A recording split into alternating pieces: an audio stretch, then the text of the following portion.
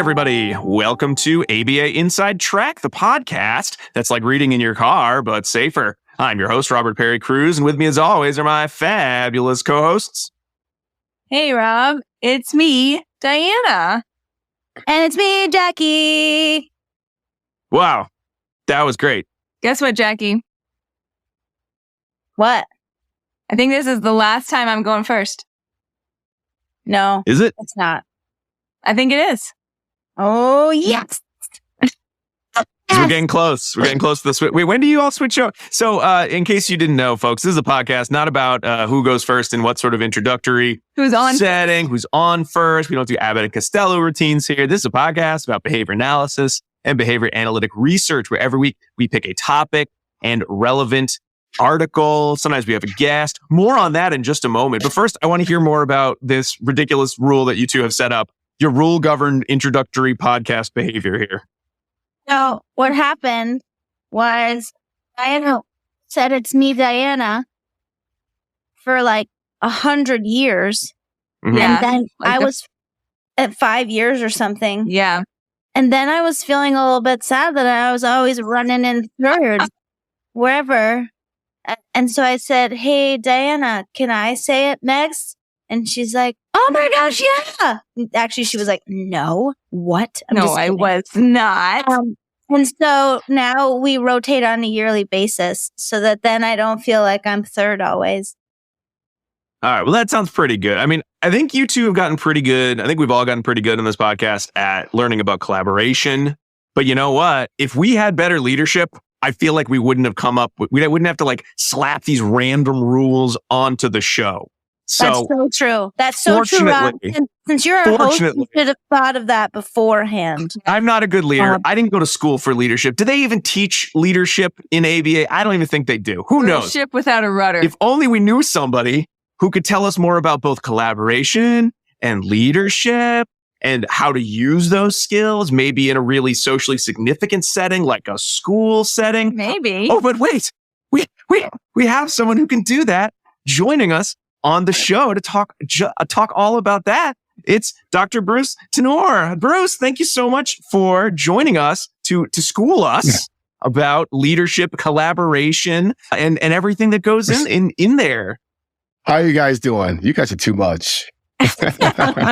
We try. That's why we need more Wonderful. leadership. We need a tight You didn't say that was a rein good on this. thing, yeah. Tight rein on this ship. That was a great segue. I try. Yeah, that's my job here. So we're going to be talking with Bruce all about leadership in the school setting. We're going to talk about collaboration in the school setting, and we're going to be doing that with someone who has a lot of experience doing all of those things in the school setting, which Bruce we'll ask you about in just a moment. But first, what are the articles that we will be discussing today? Oh, sure. So we have 3 articles we'll be reviewing or discussing today, and they include promoting critical operant-based leadership while decreasing ubiquitous directives and exhortations. Someone got out the thesaurus for this title. Remember one's when by Do you remember when Yeah. that used to be your favorite word, ubiquitous? You used to say it all the Ubiquitous? time. That word was everywhere. Oh, Okay, this article is by Komaki, Minich, Grotto, Weinshank, and Kern, and it was published in the Journal of Organizational Behavior Management, 2011. Oh dear, have I gone out of order? Oh, I did. Okay. Next up, Leadership and Culture by Kropfel and Kruja, and that was also published in the Journal of Organizational Behavior Management, 2015. And we also have Opening the Educational Leadership Door, Promoting the Collaboration of OBM and Education by Starling, Vesicchio, and Grotke, also in JOBM 2021. very nice. Mm-hmm. So, Bruce, originally you were going to be on the show. It was like a month or so ago, but Yes. we got stuck in St. Louis with Yeah. the hurricane, so Yes. we had to reschedule. That's Rob's country song. That's what, yes, stuck in St. Louis with a hurricane. Yep. But one of the nice things about rescheduling has been that since we weren't able to do that episode, I've gotten to see you speak at BABA. Well, that happened before. But then we've gotten to actually meet up in person at the BABIC conference. I got to see you speak again on some of your work as leadership as principal in your school in Pennsylvania. It was so already gotten awesome. so many extra chances to spend time with you and hang out before doing the podcast. So I think that adds some extra information. I didn't add too many extra questions or anything from it though. So we can just enjoy that we got to meet in person before doing this. But we're so excited to have you here. We'd love to hear, and I know our listeners would love to hear, what is your background, or how did you get to be a leader in the school setting and interested in, discussing this topic at length? Sure. But before we get started, I got to say, I love your show. Your show's fantastic. You guys thank you. Provide such wonderful content for all the folks in the ABA world every morning or every evening on those long drive homes, or if you're stuck in traffic. All right. You guys provide awesome content. So I appreciate you guys. So. Thank you, Bruce. Yeah.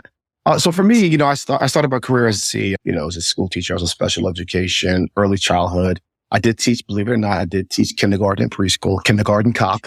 And I did that for 1 year in Pennsylvania and the next 10 years in New Jersey. But I was going through the process of getting my special education, master's of special education. I ended up taking coursework for education leadership. I was kind of persuaded to go into leadership. So once I started doing my hours, you have to accumulate 360 hours for your supervision, so to speak. I kind of got sort of big picture saying, hey, listen, you make an impact in your classroom, but maybe you can make more of an impact for programs, for a building. So that's what kind of led me to just go that route. So about almost 10 years ago, then I got my first administration job back in Pennsylvania. So I left New Jersey, came to Pennsylvania, and I always saw, what we call in Pennsylvania autistic support. We kind of categorize exceptionalities based on programming. So in Pennsylvania, I did autistic support, where I worked in intermediate unit, which in Pennsylvania, there are service providers in the public sector, service providers that provide special education services and consultation and supports for school districts. So I worked at Colonial Intermediate Unit for 4 years. I did that. And then I ended up going to Montgomery County Intermediate Unit, where I was a building principal for intensive emotional students with behavioral emotional disorders. And then this is my first year. I got an opportunity to work in Chester County Intermediate Unit. You see the theme, it's intermediate units.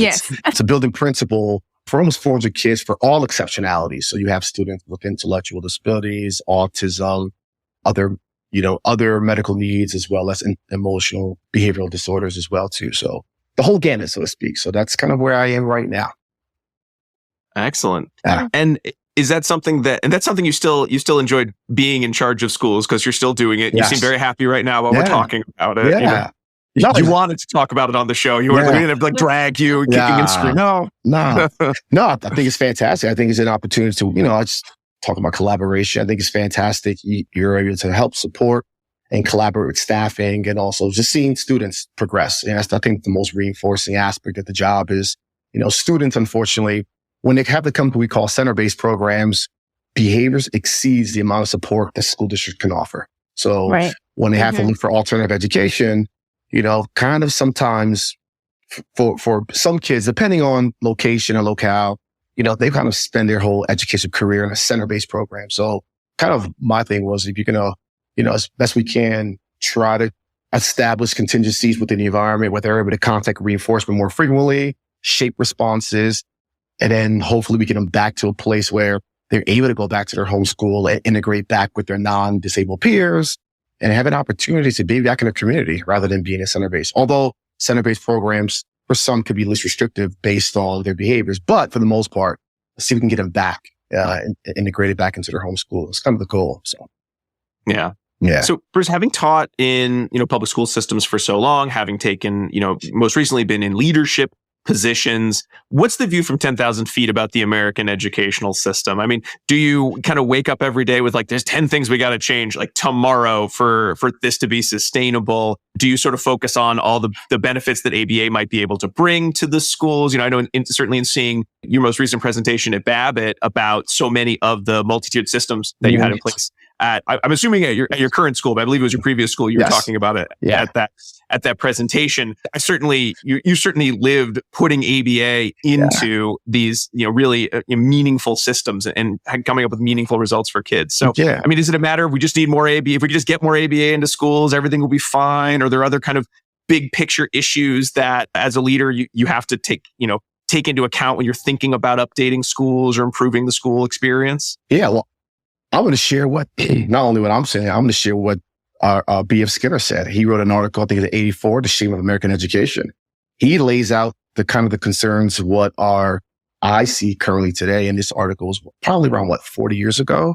And he talked about some of the common things in public education that are barriers. Talked about like goals. Are goals clear and objective for kind of the school, right? Like your school objectives, classroom objectives, how does level of, unclear set goals that just leads to what is the vision, the goal of what we want in public education.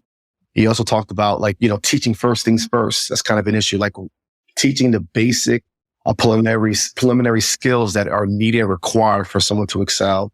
He also talks about like stopping and making. I think the biggest thing is what B.F. Skinner indicates. He was actually, before special education was even a thing, kind of advocating the way we work on special education, right? Like the logic for special education is that everyone works at their own pace, right? It's individualized. It's an educational program and a plan that you're going out there, you're modifying your combination. He's saying that that's the way it should be for every kid. Instead of having 20 or 30 students in one classroom, making them learn or teach them at the same time, everyone should be, working on based on their own. And they can either advance or maybe take a step back based on a particular skill, refine those skills, build fluency, and then move up. So like those were the things he was saying. Even in his book, he talked about in teaching, he was saying the biggest problem in classrooms, the student's inability or infrequent contacting of reinforcement. You think about the logic or when you're a teacher's teaching for the most part. And if there are 25, 30 kids in the classroom, a teacher asks a question, 25 kids raise their hand, but only one person gets called, right? So how many times are you going to do that? Yeah.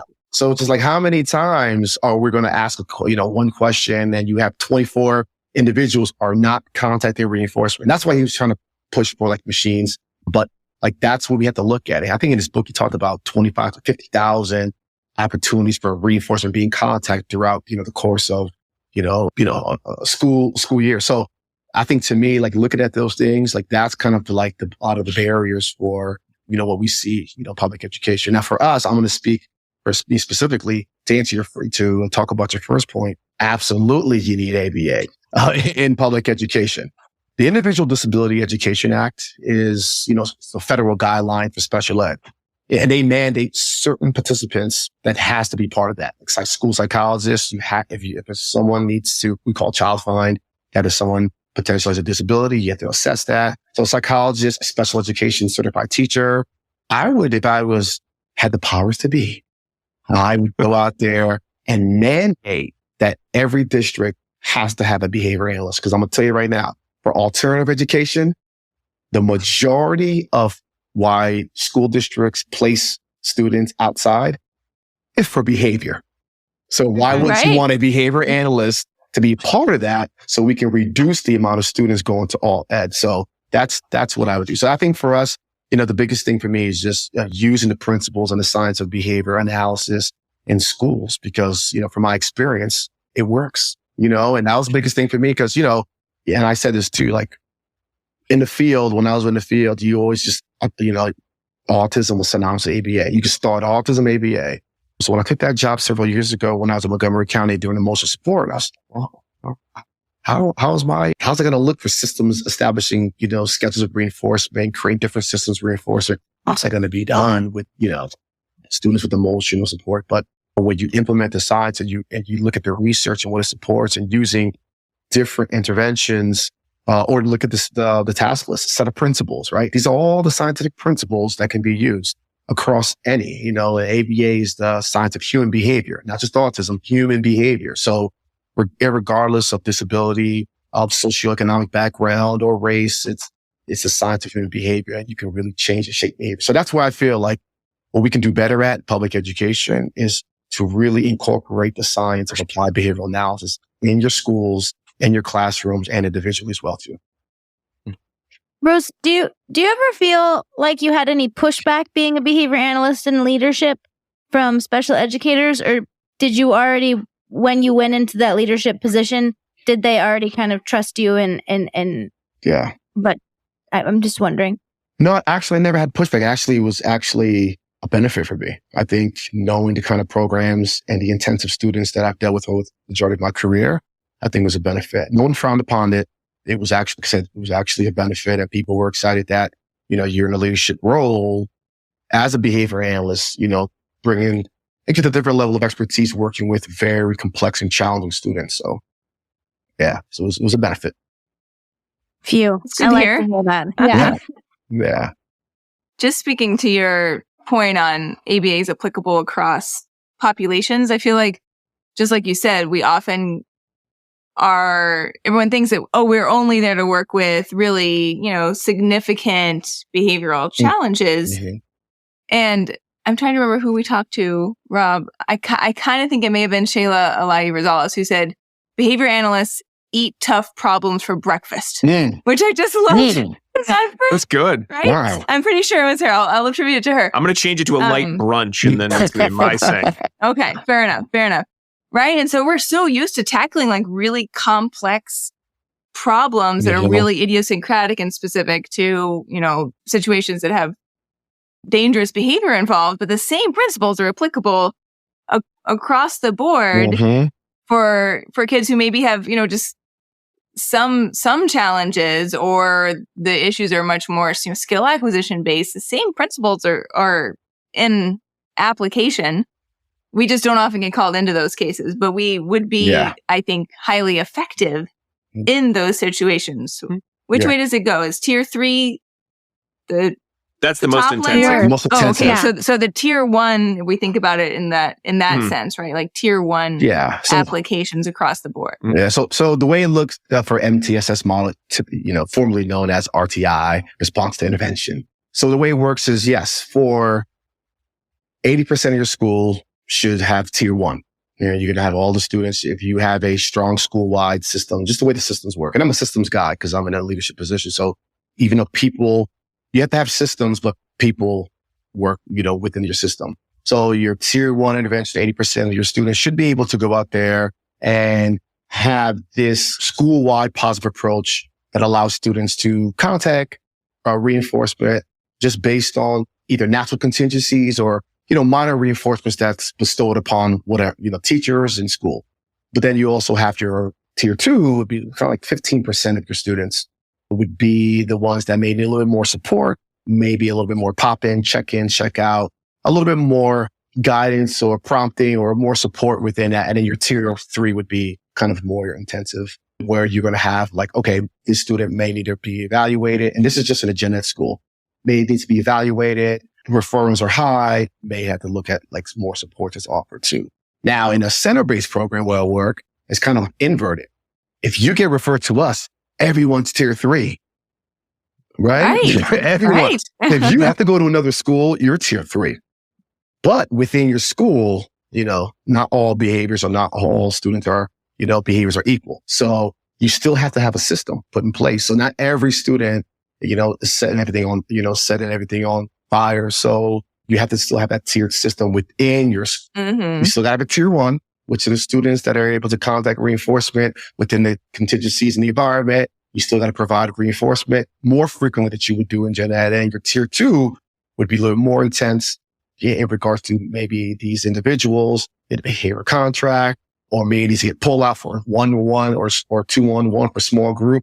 And then your tier 3 in this area is like you have maybe a 1-on-1 PCA or maybe an RBT, and you're in that classroom for extensive period of time working on intensive instruction and behavioral, and it's also behavior intervention. So that's kind of how it works. So that's kind of the approach you have to have in these models. So yeah. So when we talk about leadership, we're mostly going to focus on sort of, that principal leadership or the administrative leadership we think about in schools. But, all of these articles that kind of you shared with us, Bruce, had, the definition of what is leadership. Only one was really an experiment. The others were more like think pieces related to leadership and education. From those definitions, because leadership's one of those kind of qualities that it's really hard to say, well, how would you train leadership? Because depending on what field you're in or what article you're reading, leadership is either going to be a bunch of mentalistic kind of gobbledygook, or it is going to be specific behaviors that make up, a concept of leadership. So when we talk about leadership, like what definition have you found has been the most helpful to you in your role, or, when you're working with others who might want to become leaders in schools themselves?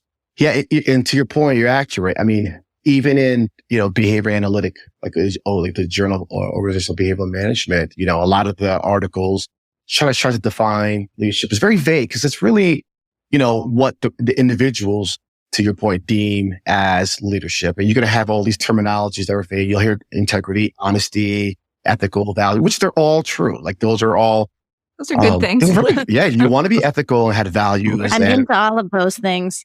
It would be hard to personally define them all, though, right? On like a piece of paper. Correct. Because, with value can look different for other people. But I just feel like for leadership, a strong leader, which way are your followers moving? And I just think like if you are in position of leader, like what are the folks who you work with, or if you're, if you're leadership, I don't think of a servitude, like you kind of working with them and for them. So they're working and going extra mile for you. But I always look at like, what they call discretionary behavior. Like, which way your leader's moving? So if you have a vision, if you have a goal and you set, out like clear objective goals, how quickly and how willingly, how frequently are your quote unquote followers or the folks who works with you or underneath you are pushing and moving to that goal.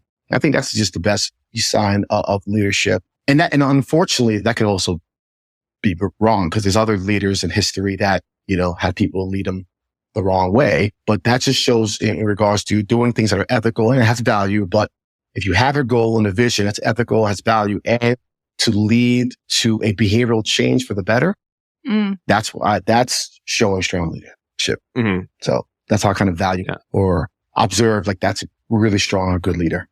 Mm-hmm. I like that a lot. And I think that if you're moving quickly toward a goal, and there's clearly motivation there, yes, right, for the team. So it's either motivation to reach the goal or it's motivation to avoid something terrible, right?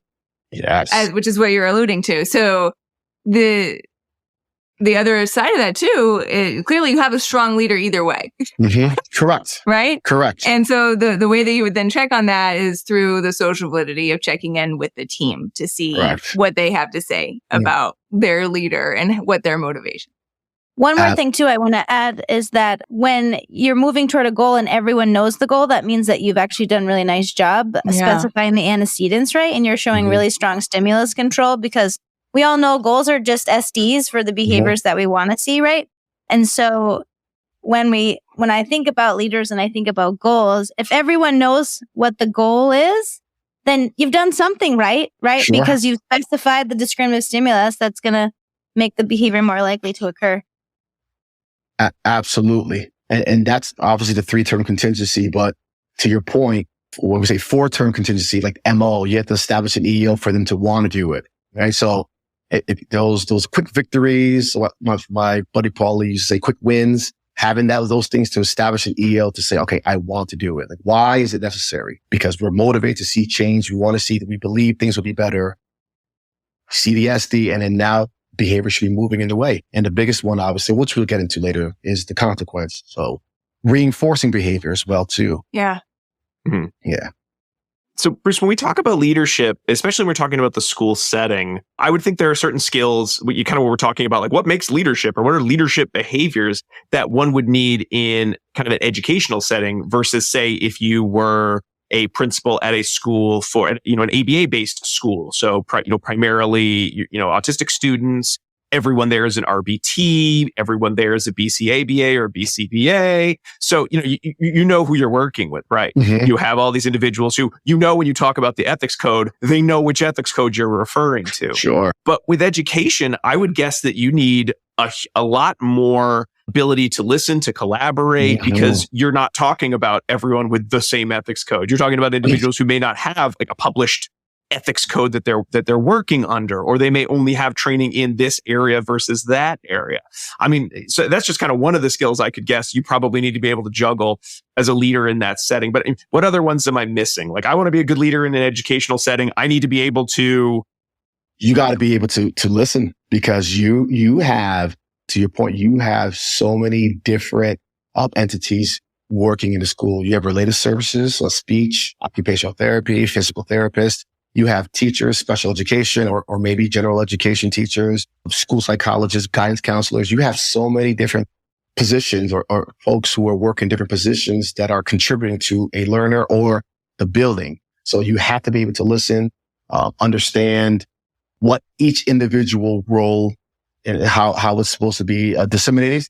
And then also too, like the biggest thing is collaboration, understanding like what everyone does well and what each individual in their position, how are they utilized and how can they best serve the students in a way that's ethical, obviously, but also making the behavioral change. So that's kind of the thing we get to navigate. It's just a lot of moving parts to understand where each individual goes. So you got to be a good listener, obviously good collaborator, and really setting the tone as in leadership position, setting the tone specifically on when you're running meetings, they have to be purposeful and they have to have goal oriented and making sure that every single meeting that you're having leads to something for the next meeting, something more positive rather than, and it's okay to vent. It's okay to talk about problems, which is very important. You have to let people vent. Nevertheless, you have to be solution based. You can't just take an hour and a half to talk about everything that's going wrong. What are we going to do about it? And I think that's the biggest thing in the leadership. You have to make sure it's okay to listen. There are issues that are going to occur daily, weekly, monthly, but what are you going to do about it? Bruce, and this isn't exactly, I think it sort of touches on a couple of the points in the articles, but when you entered the leadership role, did you sort of like bang open the door and say, listeners can't see, but Bruce has an ABA all day hat on right now. Were you wearing that? Were you sort of like, if you don't agree with my hat, you better get out because I'm the new sheriff? Or was it more of a sense of, all right, I need to focus on what does ABA bring to the problem solving paradigm? And maybe later I'll tell everyone, by the way, that was ABA y'all just did. But right now let's just talk about it as we got to solve a problem. This data will help us. Let's analyze it. We'll apply what we learned.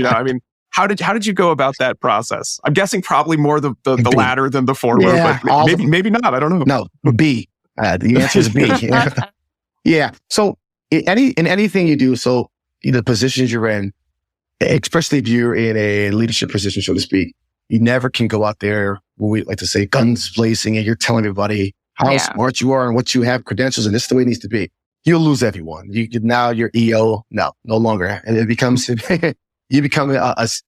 now become a CMOR, right? Like reflex. Right. No, not a CMO. Gabe, he's coming in. He's telling us ABAs, you can't do that. So again, you have to be able to listen, ask a lot of questions. I always say whenever you're in a new position, all right, treat it like a functional behavioral assessment. All right. Treat it like you're running an FBA. You do your indirect measurement, interview, ask questions, do your, rating. Even though you walk in there and you see everything and it needs to be changed. Sometimes certain people feel that their way is the right way, and so you have to just sit back and just do a talk, interview, observe, and then you interview certain folks. And then from there, then you make your observations. You go into classrooms, walkthroughs, walkabouts. You're not looking to gotcha. You're looking to see, what are the systems put in place in a program or in a classroom that's effective, and maybe some things that are ineffective that needs to be changed. And then from there, you can give more of a comprehensive assessment or more of an analysis. And then once you go in there, once you show that, hey, this may be working good, let's make it better, or this is not working out. So here's what we need to do to make it better based on, and I definitely don't use words like, 1868, the literature says. Like no one's going to layer that. So you just go out there and just show them that it works. You're in there, you're supporting, you're demonstrating or modeling. And then from there, once they see behavioral change, now, number one, you're pairing with the staff because they see you in the classrooms or they see you working with them. And also too, if the behavioral change or the interventions you put in place is effective and they see change and staff's getting supported and trained, that's when you tell them, oh, by the way, that was ABA, and right. From there. And you whip the hat out of your back pocket, put it on. Put it on, guys. ABA all day. So that's how you got to do it. So yes, it's just really going in there and just establish yourself as the reinforcer, working, collaborating again, because no one wants to be told you're doing it wrong. Yeah. Like you just got to go in there and just collaborate, talk it through, walk it through. And the responses will be, you can shape responses slowly anyway. So just, you're a behavior analyst. So that's the way you got to think. We can change behavior. And it starts with staff, by the way, not with the students. I just want to make sure I'm clear on that. The staff behavior needs to change before the students. So. And Bruce, I think a lot of these are topics that either we've talked about on the show or we all got, a little bit to talk about at Babbitt or when we met up. I'm sure you talk about with other colleagues all the time. And I do love sort of like the Starling article in terms of, how do we teach leadership? Well, you teach it in grad school and you have these dual certification programs and you do all these great in-service trainings and you have to take some of the same classes as some of the other professionals you'll be collaborating with later. And I do love articles when they bring that as a suggestion because it is so true. That would be the best way to teach someone leadership in a non-failing culture. However, when we think about, who's a leader in a school, it's probably not someone who's, 26, 27. They just got out of this amazing grad program that does or does not exist. Mm-hmm. So what are some alternate pathways to learning how to be a leader or engage in leadership behaviors if you didn't go to school for leadership? Because I don't think any of us necessarily went to school for leadership skills. Well, and I'll be honest with you, I don't even think, that's just leadership. There are wonderful books and articles out there that can just tell you about leadership, which is very important. But to me, I'm all about in regards to leadership, you have to be around individuals who demonstrate effective leadership skills and be around them. So I'm all about when your responses, the best way to learn is obviously multiple ways to learn, but modeling is one of the best ways. So if you are with someone, I can identify someone who has a track record of demonstrating strong leadership skills, I think that's where you need to go. Going to collaborating with others. If you're going to conventions or conferences, or if you know of a leader from another building, try to collaborate as an administrator or as a behavior analyst, being around other folks. So if you're around individuals that's demonstrating leadership skills or repertoire of leadership, where they're able to collaborate, staff respects them, staff says positive things about them, you see them moving in the right way, you see in the classroom is efficient, and you know that leader has a big part in that. That's the individual that you have to try to be around because that's how you develop a repertoire. When you're in the meetings, watching the way that individual interact with meetings. When you're in a meeting, whether an IEP meeting or a team meeting, watching the way they allow others to engage in their position or their view or something and bring it all together. Even in maybe intense conflict and watching them do conflict resolution, in a setting, and just watch the way to navigate that. Those are all important leadership skills you have to have because it's going to be conflict at work. We all know that, right? Especially the more people you have, the more conflict. And especially in special education world, unfortunately, a lot of conflict you have with parents because they're upset about many different things. So you just have to be willing to do that and having those repertoires, to engage in that behavior. So that's again, yes, in the classroom it's very important to read the books and to hear certain things, but you really going out there and observing others and, work at, as well as the literature. Literature is very important. Just having folks with you, above you, monitoring that, watching that, and just, that's how you enhance your repertoire, so to speak.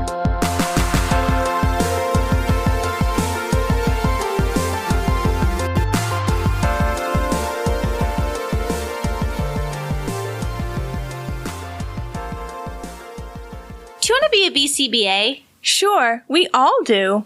Now you can come to Regis College in Weston, Mass. to get your graduate degree. Choose from any one of these courses. Masters of Science in Applied Behavior Analysis. Masters of Science in Special Education. Dual degree in Special Ed and ABA. Or be eligible for your postmaster's certificate. You can complete your degree and be ready to sit for the exam in 2 years. And our 2017 grads had a 100% pass rate on the BACB exam. Come enjoy practicum placement support, ethics mini handbooks, PhD level professors, small class sizes, and a service trip to Iceland. If interested, don't delay. Supplies are limited. Learn more at regiscollege.edu. Again, that's www.regiscollege.edu, regiscollege.edu. One more time, www.regiscollege.edu. See you there!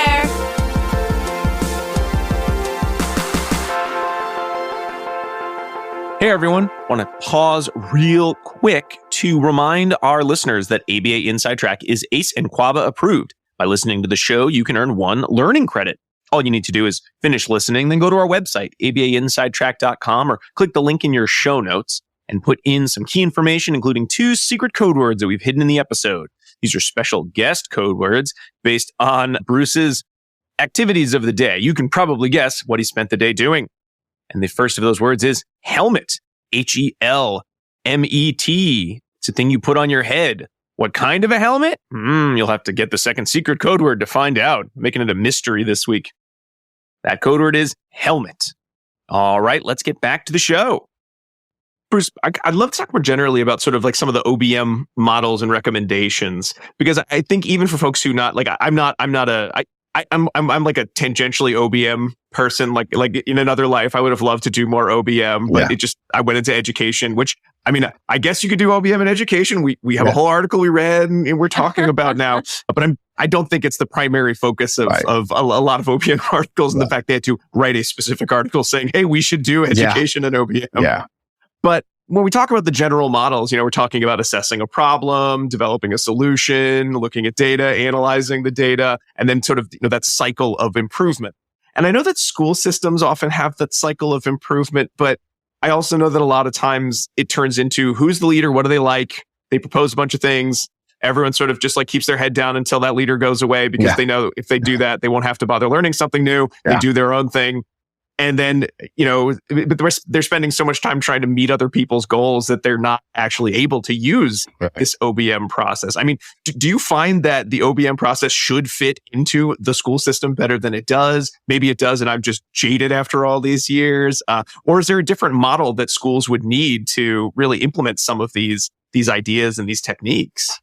Absolutely. Well, first of all, for OBM, yes, you are correct. It was kind of designed for more business and products, right? You're looking at the products and you look at the final product. Well, for us in education, your product are your students, right? That's why we are in the business. So why wouldn't you use, or why shouldn't we use a bigger or greater emphasis on organizational behavioral management in schools? Because you're running a system. A school is a public institution or a sector, but it's still an institution that has people, that has systems, has organization. You have a budget. Everything in corporate America, they draw a parallel. The only thing is your products are your students. So, which is to me, the most valuable product that we have is our children, our students. Absolutely. So when you look at like OBM, they have different layers of OBM, and certain things in public education is going to be challenging to do. However, most of organizational behavioral management, it can be done, in as public school setting. So like, their OBM, again, it's kind of like you look at it from the lens of like systems, or, as far as the systems and really staff behavior. Pretty much in a nutshell, how do we, because when you're a behavior analyst or teacher, you think student, but in OBM world, you think systems. People work within systems, and how do we use people to help change systems to make your organization run much more fluently and more efficiently and more effectively? So like for OBM, like there's different tiers and levels, like, just like we call it 8 specialties. One's like you're looking at performance management. Like how do we enhance the repertoire of the staff? And then you look at that 3-term contingencies for antecedent, behavior, and the consequence. And what are the contingency in the environment that may not allow a staff member to excel? And then what can you do with the behavioral change to make the staff excel? So that is something for teachers and for staff is critical. Like you have to train staff. And that's kind of the reason why we have a lot of turnover. Turnover is because it's not typically for money. And money is a big factor for staff turnover. But if you're trained and you're thoroughly trained and you feel you're very competent and you see the behavioral change, I'm more than likely to stay, than rather than leaving for a pay cut or equal value. I'm staying where I am. So I think that's something too.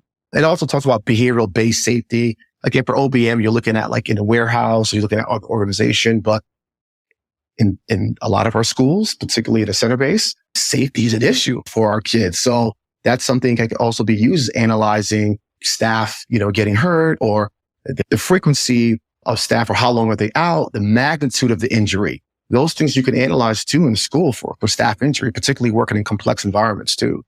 And then you look at like another one's like behavioral system. Some analysis, you're looking at different systems as far as tiered systems, right? You're looking at the organization and internally and external, contingencies, what's making it flow within your school. You also have like consumer behavioral analysis, looking at the consumer, which we call our stakeholders. So that's a kind of a realm of that too. But that can be as well. Who are your stakeholders in the public sector? You got your districts, your superintendents, you got all those folks that we have to make sure you have a relationship with them and kind of support them too. Now, one of the challenges too is it's called pay for performance, which I think is a great idea, but that's something that's kind of hard because a lot of public schools are kind of union based, and it's kind of hard to try to change that. But that's something that I think would be great to just, looking at that, because the research says that, kind of pay for performance could have a significant impact on someone's performance as well too. And then the last couple of ones too is training and development, which we know our staff needs. One of the biggest things, training and development. You got to be able to train the staff, not just stay in a one deliver, but a constant training, constant development, and continuous feedback as well too. And the last one they focus on is leadership and culture. So the OBM world, you got to have that in that should be number one really, but I ended with that because that's kind of where it's at. You got to have strong leadership and culture and understanding the 3-4 term contingencies for all the staff of your school to really establish that in order for your school or your organization to run efficiently. So yes, it should be in there. Yeah. Bruce, you mentioned culture. I'd like to talk a little bit more sort of about that. Cause I know, when we think of school culture, I typically, my first thought, it's safe or everyone seems happy or again, these sort of observable in many ways components. But when you sort of think about how leadership plays a role in developing that good culture or that good school culture, what exactly is occurring when that culture happens? We have a mission and value statements. There are other components that, need to be better defined. What's a good culture in a school? It's great culture. So one thing just to make sure before I'm going to get answer your question, but to clarify for schools is there's climate and there's culture. It's two different things. Your climate, let's just say, you guys are up north, but we're in Pennsylvania. Let's just say when the Eagles or the Phillies win, everyone's happy. And if they lose, everyone's sad. And on that Monday morning, right? Climate is its emotion is variable. They go up and down based on the day. Everyone finds out the phys ed teacher's out, no gym, everyone's sad. We know the ice cream's coming, everyone's happy. Ice cream's coming on Friday, But culture is, this is what we do and this is how we do it. And that's cool. I kind of say more fixed. It's fixed. It does not move. When you have students, right? And then let's just go to the staff first. I'll get to the students though. But staffing, knowing that when you're here, this is the expectation.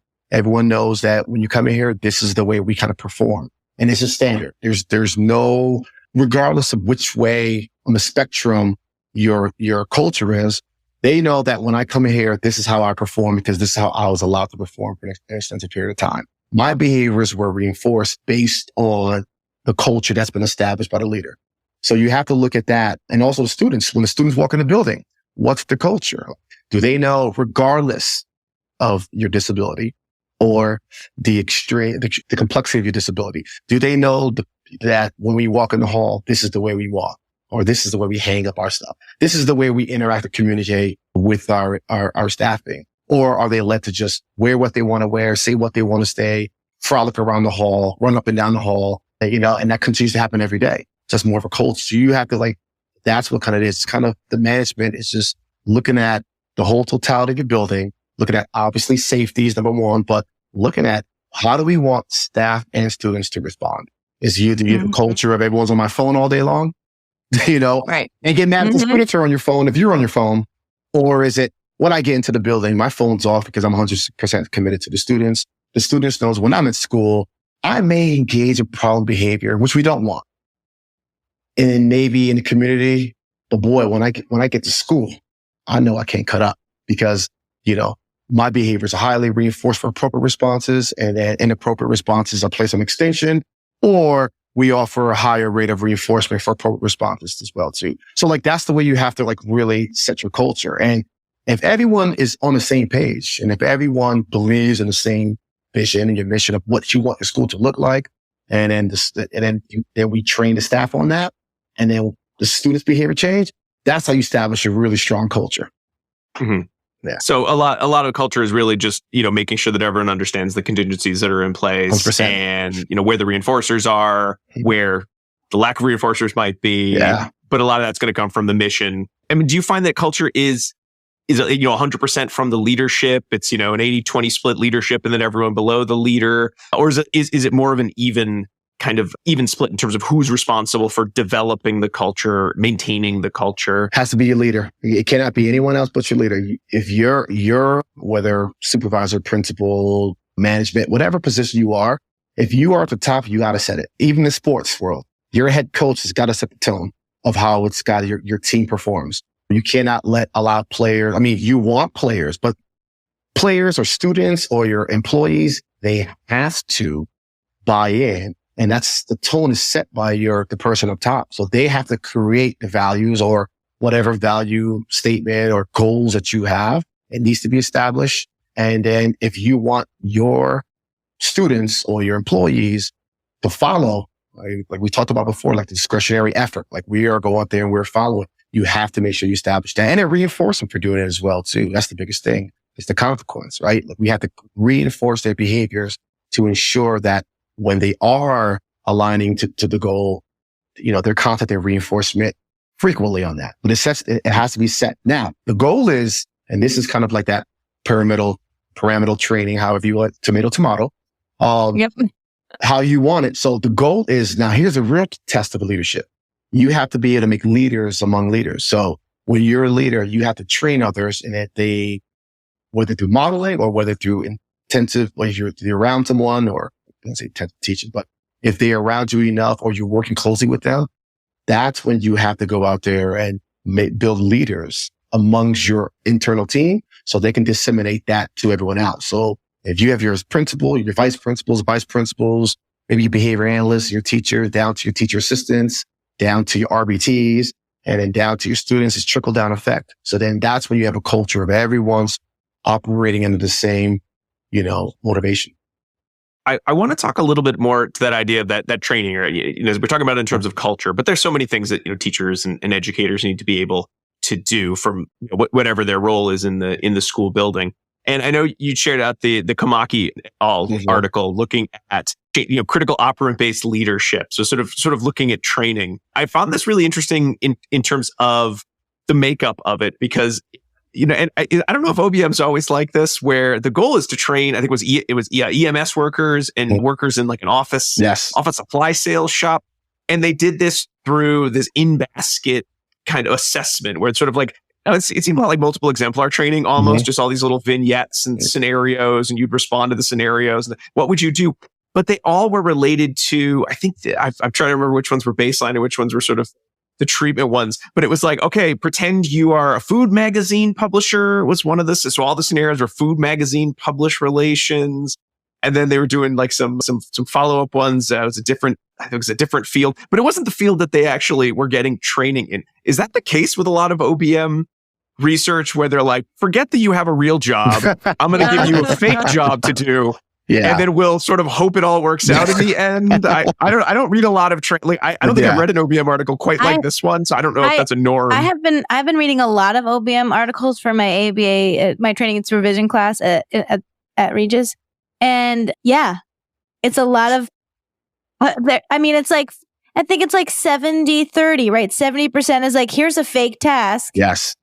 And we're going to do this fake task. There are some studies that do look at like actual while you're in your job, right? There was one, it's my favorite, about like people smiling, like sales associates smiling when you came into like a store to buy something. I love that one. And that one's a real one. Like there's real, right?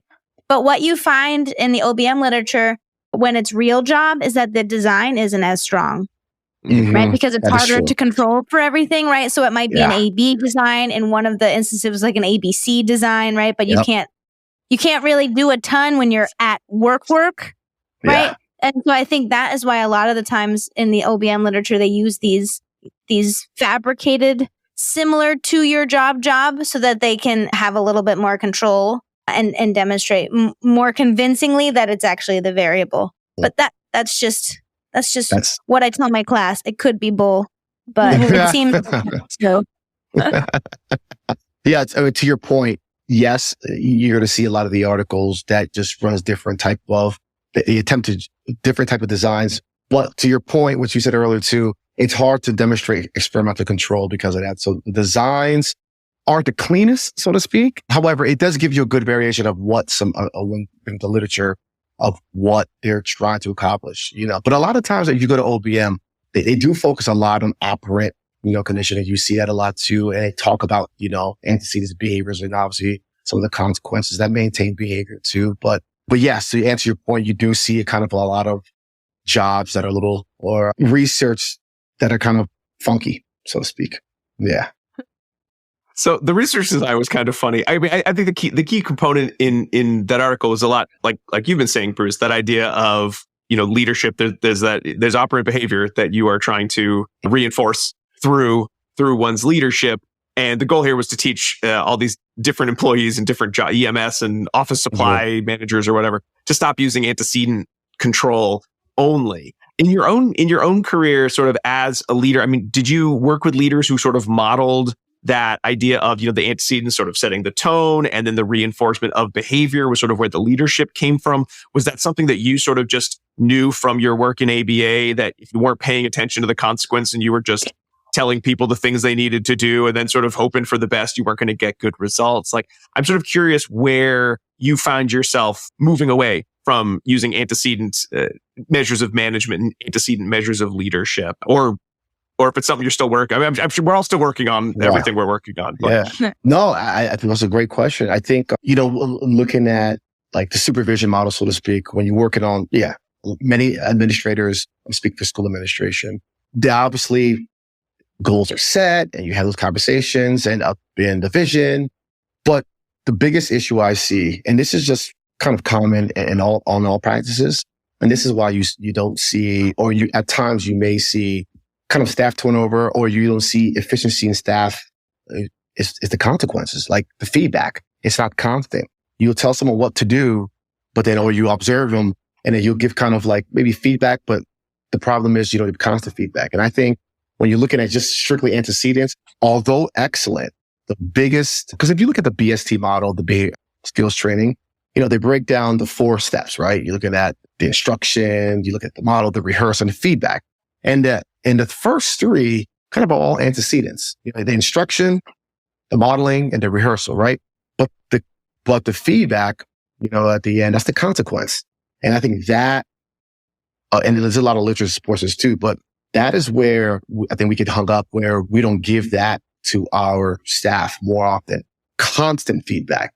And it's not punitive, or you're not trying to, anything that's more punishment, but it's looking at like, what do we have to do to continue to reinforce the response? So if you just give all these wonderful antecedents, whether treatment-based or generic, that's great, but we have to make sure we always follow up. And I think that's where we see the disconnectivity. And I'm much more aware and cognizant of that as well too. Just saying, hey, we just can't just give a standalone. We have to always come up with follow up, because you'll see things fall apart when you just have great antecedent. You set up conditions where things are, task clarification and job posting are great, but we have to make sure we follow up. So that's what I'm much more aware of, to make sure that for staffing, that we have to make sure we always follow up. And if you can't set up conditions where others can provide that, if you can't. Yeah.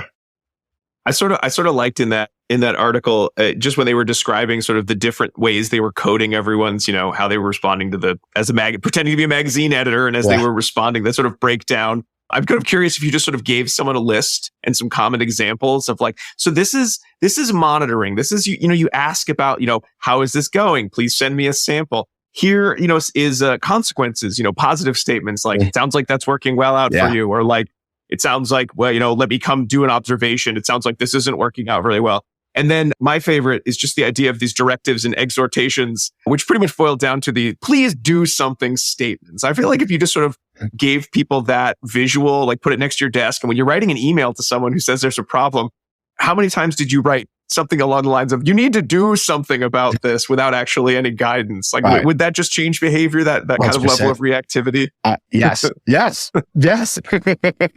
All right, that's my OBM study. They will be, you are all, circus ringmasters, and the bear is loose. What do you do? Okay, but think about your email. Which of these skills are you using? Yeah. But hey, listen, you 3, you guys have implemented LBM as professors in the school, and you work in the school. Like, that's like, again, you have a system put in place, reinforcing staff behaviors. I'm pretty sure for your universities, you post certain things for his antecedents, you with them, and also consequences. You always probably giving feedback. So in your own realm, with all the students that you're serving and supporting, you're implementing the OBM model as well too.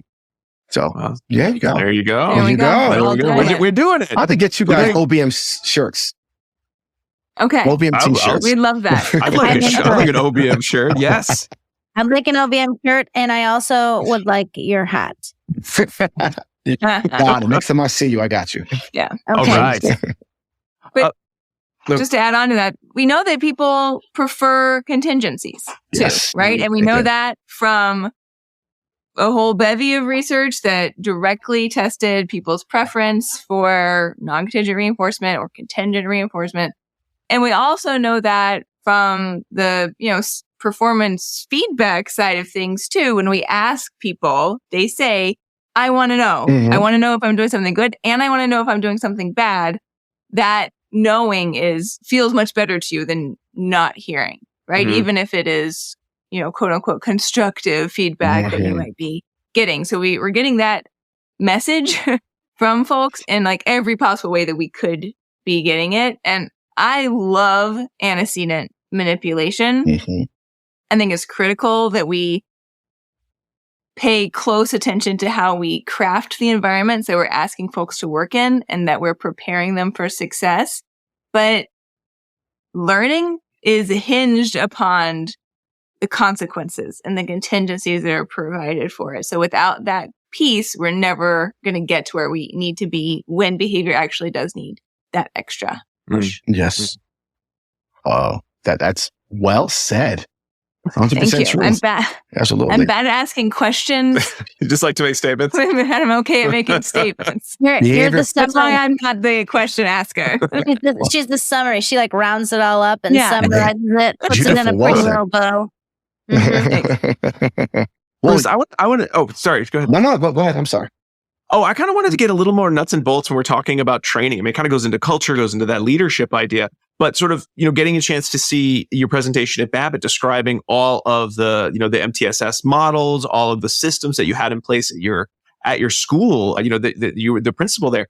I'm curious, how did you develop the training around that? Because I'm guessing as the principal, you couldn't do BST for every single professional in the building. I mean, was it all pyramidal? And I'm guessing you also didn't just write a memo and tell everyone like, great job, Right. keep it up. You got to use these like elaborate school stores and, all this behavioral contracting, and you need to make sure that you have a really tight classroom management system. And here's where you do it. Like, you weren't just going to write it down and email that. So what does the training look like when you have to scale it that way in that sort of school leadership role where you can't be in charge of all of it, but you also have to somehow provide that level of training for any consistency?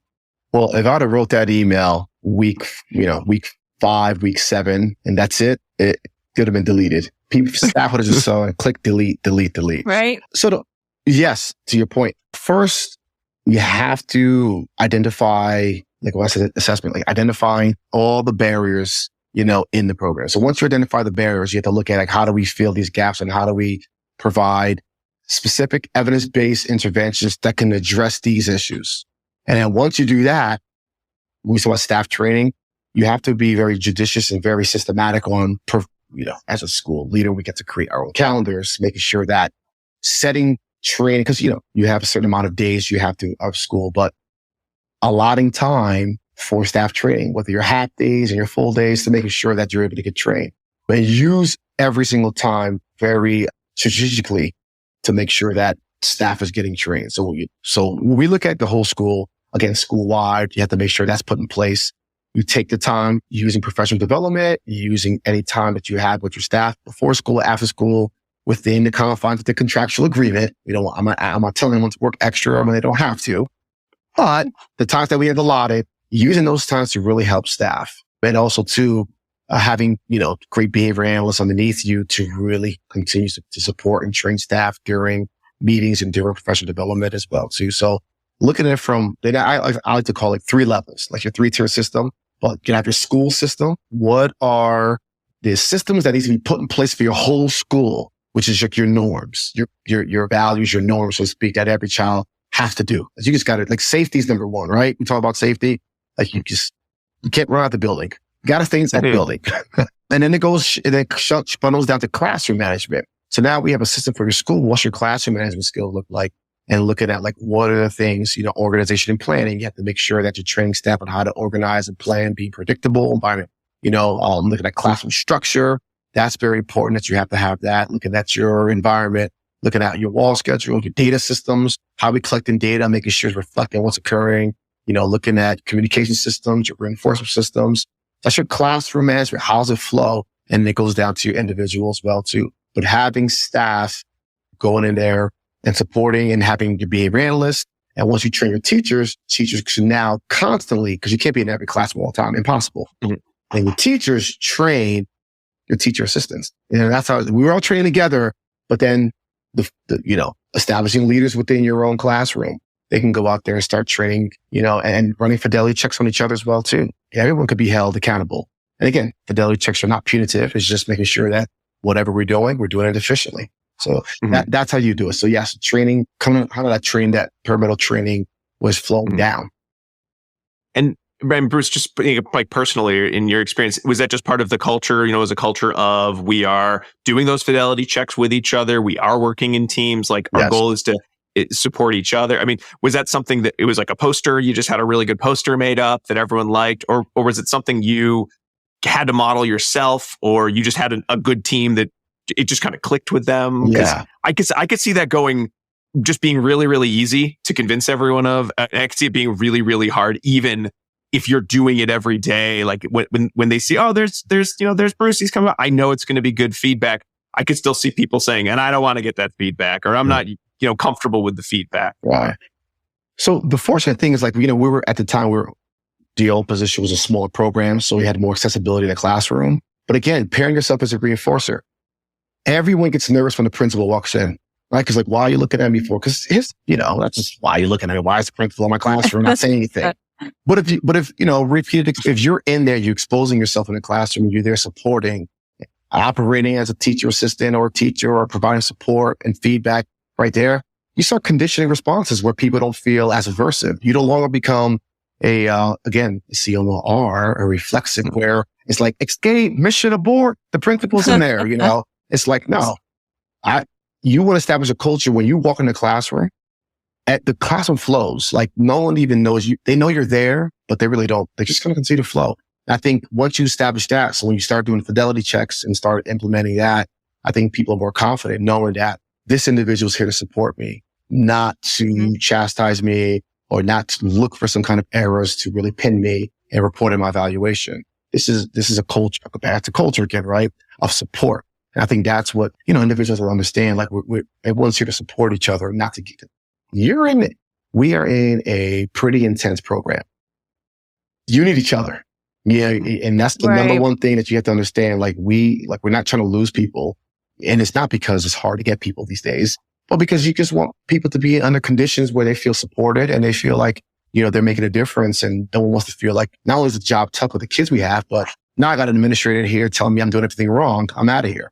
So you just want to make sure that you just provide a level of support. So yeah, that was kind of a thing that, again, if you're in the classroom, you provide support, and you constantly providing feedback. So when you start introducing fidelity checks on how someone's implementing token economy, or maybe direct instruction, or you're looking at the implementation of behavior plan, whatever you're doing, you click fidelity on. Again, culture is, the message is, you're doing if we're doing a great job, we want to continue to, do a better job. And if you have areas of improvement, we're just here to look at, like, the errors and just continue to work upon that so we can be more fluid.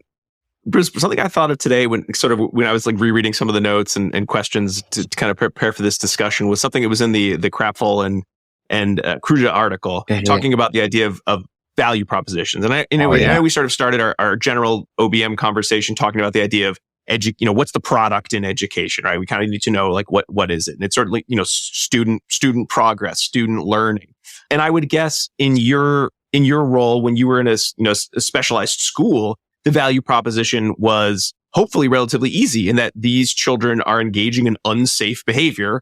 So the product is going to be teaching them alternate ways to respond to stimuli so that they're not engaging in unsafe behavior. Mhm. But I'm sort of thinking generally about the school system. I know we did an episode recently about direct instruction, and I know you talked about direct instruction as something that some of the students were doing kind of direct instruction type programs at your previous school, and some of the things that Siegfried Engelmann, who created it, was saying around the idea of schools. Like if people could see what went on in schools, like general education schools, they'd be so upset.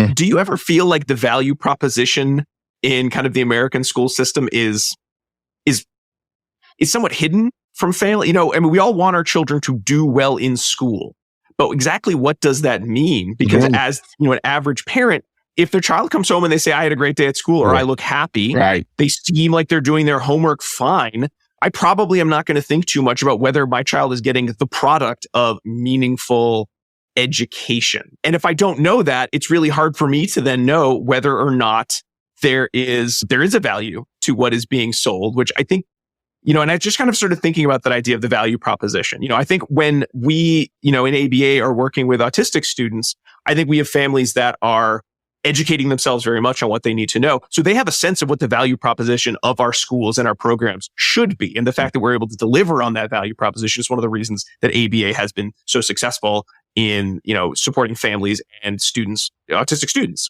Right. Do you see that as being the case in all schools? Is that something that, am I just, I kind of just was having this thought. I don't know if this is a great question, more like a discussion point. Fix the entire U.S. education system for us in your answer to this question.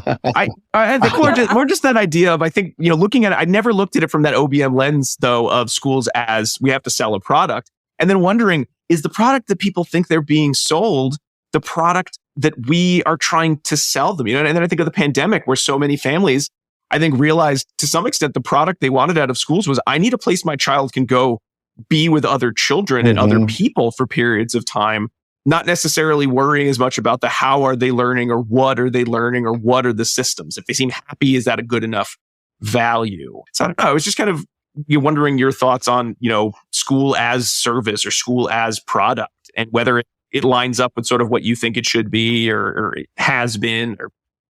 Well, I mean, I got to say, my honest opinion, I mean, there was a research study done. I think you heard of it. It was a project like in the 70s where Lyndon Johnson was the president, from the 60s and the 70s, 10-year study. And it talked about all of the interventions that were conducted to find out, what's the student that's best at. And long story short, it was direct instruction. Direct instruction proved to yield the most effective way to teach our students across all conditions, race, socioeconomic, and ethnicity.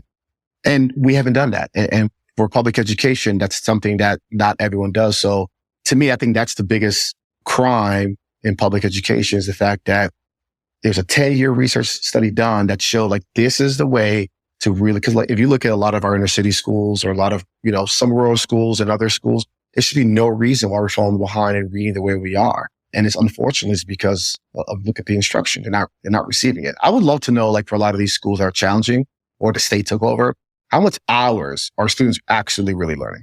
And I would say it's not a lot, particularly with students with dire need or just, not getting the funding. So I just think looking at that aspect, I really honestly believe that, there's always these, from my experience, all these goals and missions, and there's some new fad from education, technology, computers, and all these things that make things good. But a lot of these things aren't really evidence-based. And I think we need to get back to that. And I think that's the biggest thing, is that a lot of stuff we're doing are not quote unquote evidence-based in regards to student outcome. We have to make sure that also students in the public sector or in the private sector as well too are receiving an education that really, when we talk about like the value proposition, as far as like what is it and how does it operate? It's like it talks about controlling relationship between organizational culture and a larger culture within the self, right?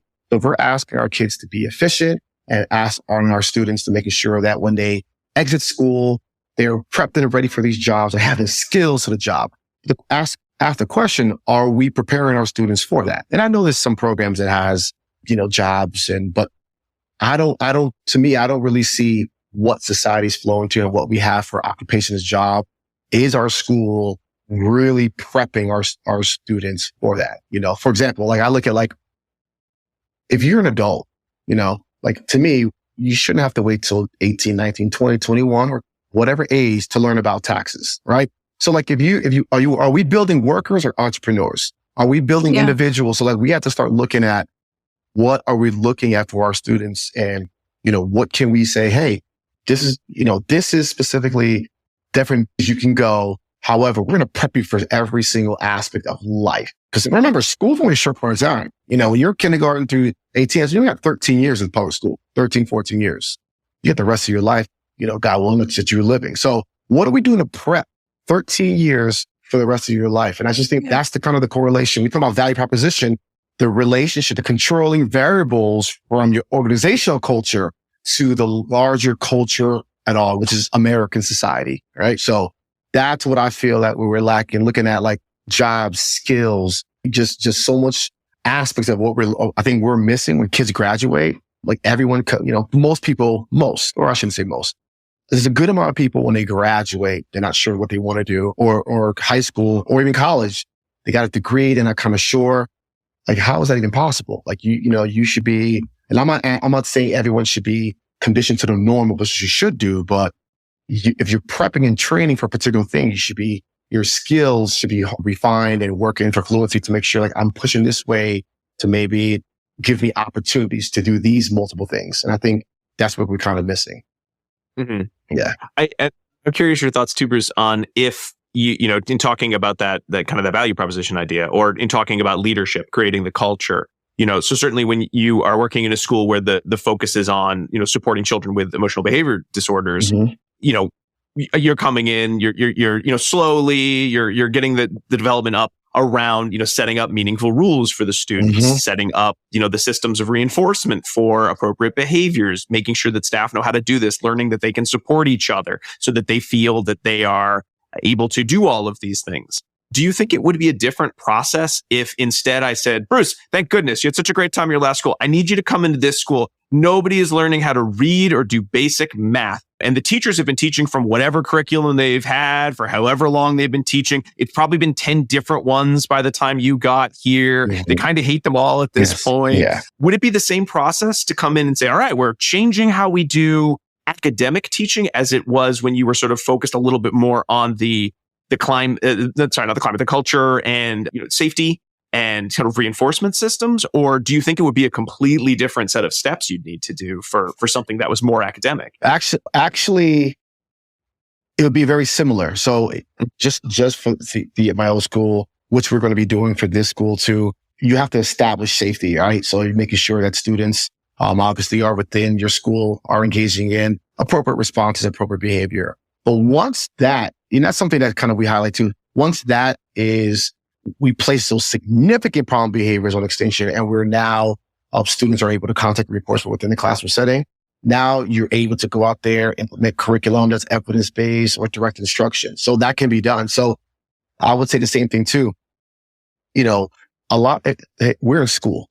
So the majority of problem behaviors are going to be escape maintain behaviors. You're getting directions all day. Come over here, stand up, sit down, go over here. I need you to line up, walk over here. Here's your worksheet. Here's your paper. Here's your pen. Write this down. That's going to be a lot for someone whose instructional stamina is very limited. So I think the same, and a lot of it are linked. So to me, I never disaggregated the two. I believe that a lot of problem behaviors, based on function, are going to be escape maintained, but you want to make the classroom environment highly reinforced. You don't want to make a vacation, getting kicked out of the classroom or getting out of class or walking out of class. They're kind of escaping the environment. So I look at them, they're synonymous. They work together. So you have your principles to really establish safety, number one, but also even lower rates of problem behaviors that are extremely disruptive, that can really interfere with behaving. It can lose a lot of instructional time. So you have to make sure that, your interventions are really designed not only for behavioral change, to reduce problem behaviors, but also increase simultaneously academic performance. No matter how skilled you are, eventually, if you're out of the classroom for an extended period of time, you're going to fall behind the bottom line. So you want students not only in the classroom, but you also want them to acquire a lot of skills too. So they kind of work synonymously. I would venture to say when you're looking at a behavioral change with learners or the classroom, definitely want to, again, they have to be synonymous. You have to look at decreasing problem behaviors, but also increase skill acquisition. And skill acquisition doesn't have to be reading right now. It could be just working on basic preliminary tolerance, waiting, accepting no, running these basic protocols. And once you have those, then you also now going to go out there, and now you're able to go out there and provide instruction as well too. Because hey, many learners can sit in the classroom, and as long as they're on a computer, or as long as you're not giving directives, they can be in your classroom and not bother you all day. So until you present that task or say, get this out, or, it's time to take out your pencil, then they flip the chair and they run out, or the head goes down with the hood on or over their head. So we have to make sure that, look at it from the lens of just both aspects of instruction and problem behaviors kind of coincide. Oh, Bruce, and I just want listeners to know that we usually have some general questions we want to know, but some of my favorite times are when we have a guest on where I can just make a question that just happens to be on my mind and get such a good answer back. So thank you so much, Bruce. I appreciate that. That was all off the dome, all from your experience. So thank you. Hey man, that's a great question. I was sitting on the couch. I was like, I don't want to fold my laundry. I want to reread my notes instead. And I was just looking at that value proposition and looking at so many different needs in school. And it just kind of came to me. And I was like, I'm going to ask Bruce this. I hope he doesn't mind that I'm just throwing it out there after he's already been talking with us for all this time. So thank you so much, Bruce. No problem. Again, we don't always get to talk school shop. So it's a real treat to get to go into some of that nitty gritty. Just get one question for you. Mm-hmm. Who's going to fold your laundry later? Oh, I got that done too. Don't worry. I finished it all. All right. I'm living the dream over here, Bruce. Yeah. All right. I just want to make sure it gets folded. If I were good enough at folding, I would use BSD and teach my children to do it. But I'm barely hanging on with making things square or rectangular. Okay. So I don't think it's fair to try to model that. I can't write it out very easily. Okay. So okay, I've got some good TAs for you that I can share with you, Rob. Let's just say, where did I learn to fold a shirt? It was the training I received at the New England Center for Children on teaching a TA. Same. It was a good one. It was a great one. Those short sleeve and long sleeve shirts that have no frills, I can fold them like the best of them now. I can do fantastic. All right. Well, why don't we move into, because I think our last couple questions are a little bit that big picture piece. So let's move into the dissemination station. That's we had a different kind of movement We're a little on that. Broken, but a little fixed. I was trying to cover up my dog's toy. So I was trying to make it a tiny bit louder. Gotcha. So, Bruce, I think kind of some of the big questions. Do you see more behavior analysts becoming school administrators as time goes on? Because I know that's a role that you are in. I know my mentor, my first supervisor way back when I was getting ready to sit for my exam, has moved into school administration.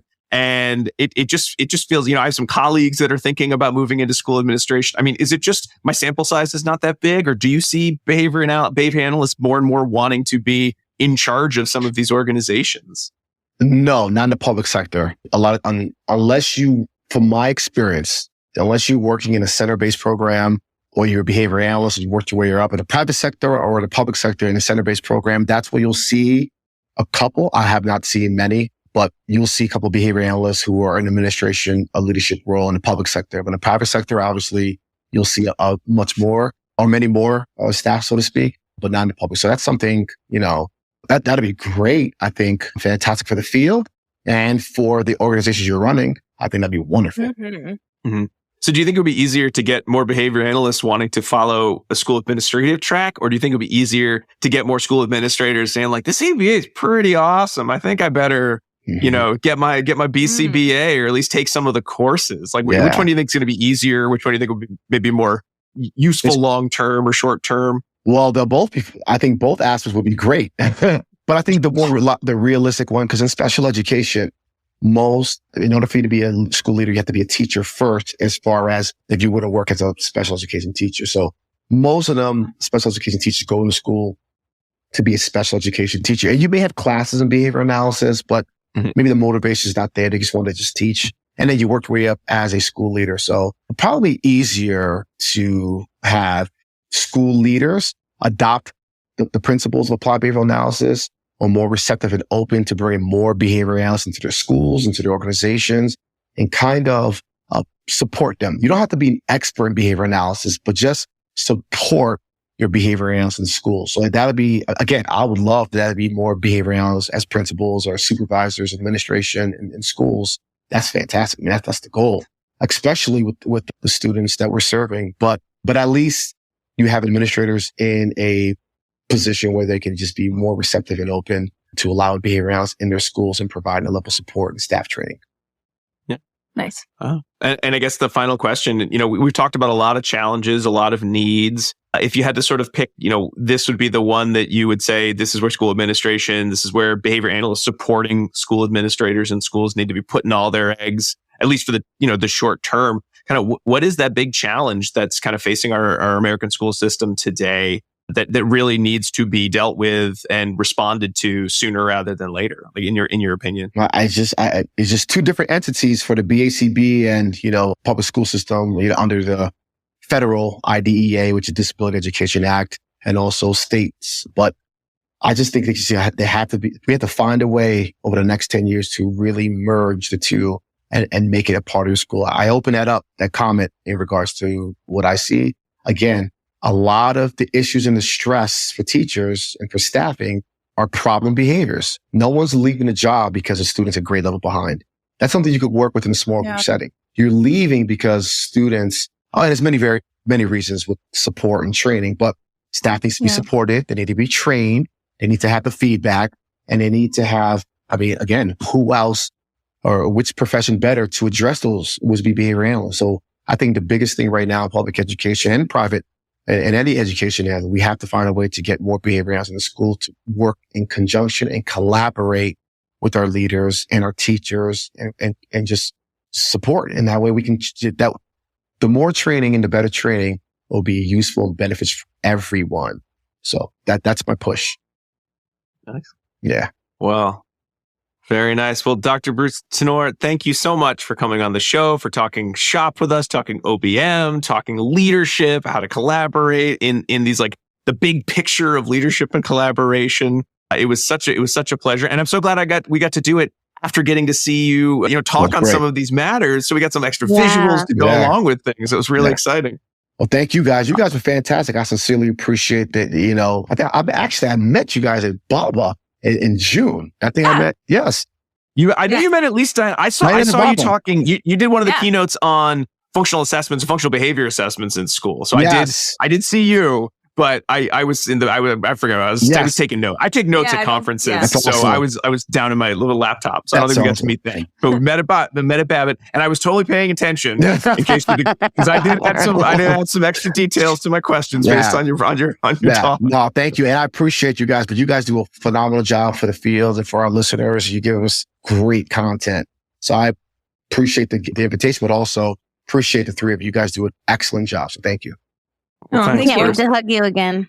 Phenomenal hugger, by the way, everyone. Jackie, she will squeeze your ribs and pop out your spinal cord. She's amazing, but I love it. Very passionate. Very passionate. She's a part-time chiropractor. She actually, I was at Babbitt. I had a luxury to be invited to speak at Babbitt, and she introduced me. Everyone, Jackie introduced me. She did a phenomenal job, and even her introduction was so much passion. Lord have mercy, it was great. Thank you. Amazing. Oh, well, Bruce, if folks want to get in touch with you, maybe to invite you to a different conference or just to say hi and ask you more about Jackie's hugging ability or the school leadership stuff that, we just talked about, is there a way that folks can get in touch with you? Or I have several emails. You can do brucetinor@gmail.com, or you can use my work one too, brucet@cciu.org, or another email I have too, btinor2016@my.fit.edu. There you go. 3 emails. Contact me. All the emails. Anything you need. If you forgot one, get another one. Yeah. We want to thank Bruce Tinor for being on our show and talking to us so much about leadership roles and OBM in schools, all those things that we so enjoy chatting about, and we hope you enjoyed listening to as much. But we must come to the end of the show, and that means it's time for pairings. It's me, Diana, bringing you pairings right to your podcast player. All right. In this section of pairings, I tell you some other episodes that you might want to go back and listen to if you found this episode interesting, which you absolutely did. So those include episode 97, where we talked to Dr. Amy Henley about staff feedback. That was a supervision episode, and it's titled, if you're looking for it, Supervision Series 3, Part 3. Or I think actually that's Part 1. Now that I read it. There's a reason we stopped naming things that. It's very hard to keep track. It's confusing. Okay, but it's episode 97. You might also like to check out episode 124, which was on school consultation with Matt Chicoria. You could listen to episode 129 about staff turnover. That was with Dr. Byron Wine. Episode 180, promoting ethical leadership with Dr. Manny Rodriguez. Episode 257, where we talk about direct instruction. Woo, Rob's favorite. We did. And finally, another very recent episode, Next Level Collaboration, episode 259. That is with Rose Griffin. So any or all of those may interest you. During pairings, we also like to recommend a snack to go with today's episode. So I got a little bit hung up on the idea of the in-basket assessment. And so I virtually prepared 2 basket snacks for you to enjoy. The first is titled Eggy in a Basket. Oh. Sometimes people call it egg in a nest, but it's where you cut a hole in a piece of toast and you toast it up and then you crack an egg in the middle of it in a frying pan. Oh, it's good. And you cook it. Good stuff. And it's really good. And then the other snack that I'd like to recommend to you is called Bird's Nest. Have you ever had those, Rob? Like Bird's Nest soup? No. These are like a little they're like a cookie candy kind of treat. So you take those like crunchy noodles that go on top of a salad. Okay. Like lo mein, like crunchy lo mein noodles. This is not what I'm thinking about. I don't know what those are called. And then you melt them with butterscotch.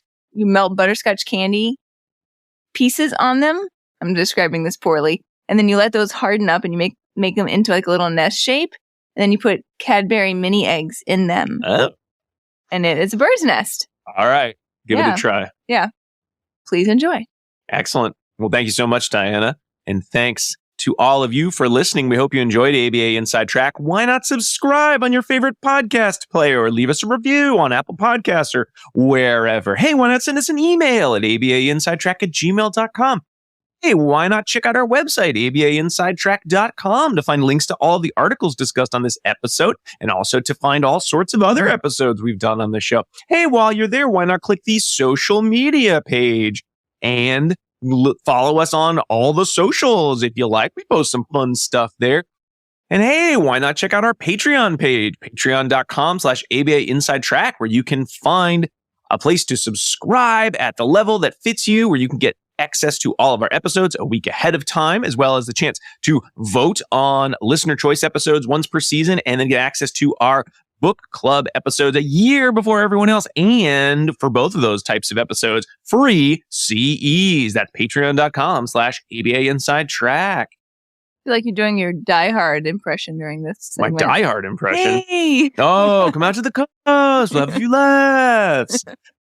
Hey, you might also want your second secret code word. Guess what it is? I'll tell you, it's cleats.